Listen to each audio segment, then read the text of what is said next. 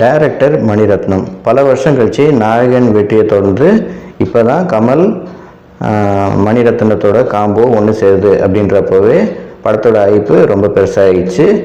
அதுக்கப்புறம் மணிரத்னம் பொன்னியின் செல்வன் வெற்றியை தொடர்ந்து இந்த படத்தை எடுத்திருக்காரு. இந்த படம் நல்லாயிருக்கும் அப்படின்னு நினச்சி தான் படத்தை போய் பார்க்குறோம். ஆனால் யூஸ்வலான கேங்ஸ்டர் மூவியாக தான் எடுத்திருக்காரு.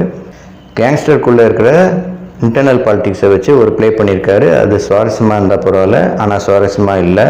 பழக்கப்பட்ட தமிழ் சினிமா சீன் தான் நம்மளுக்கு ஞாபகம் வருது. செக்கச்சிவந்த வானம், அஞ்சான், தலைவா, விவேகம், அப்புறம் புன்னகை மன்னன் கூட ஞாபகம் வருது. இன்டர்வல் பிளாக் முன்னாடி ஒரு சீன் வருது. அந்த சீனை பார்த்தா புன்னகை மன்னன் ஞாபகம் தான் வருது. புதுசாக எந்த காட்சி அமைப்பும் இல்லாதனால பழைய சீனே நம்மளுக்கு ஞாபகம் வருது. அதை மறுக்க முடியாது. Music director A R Rahman.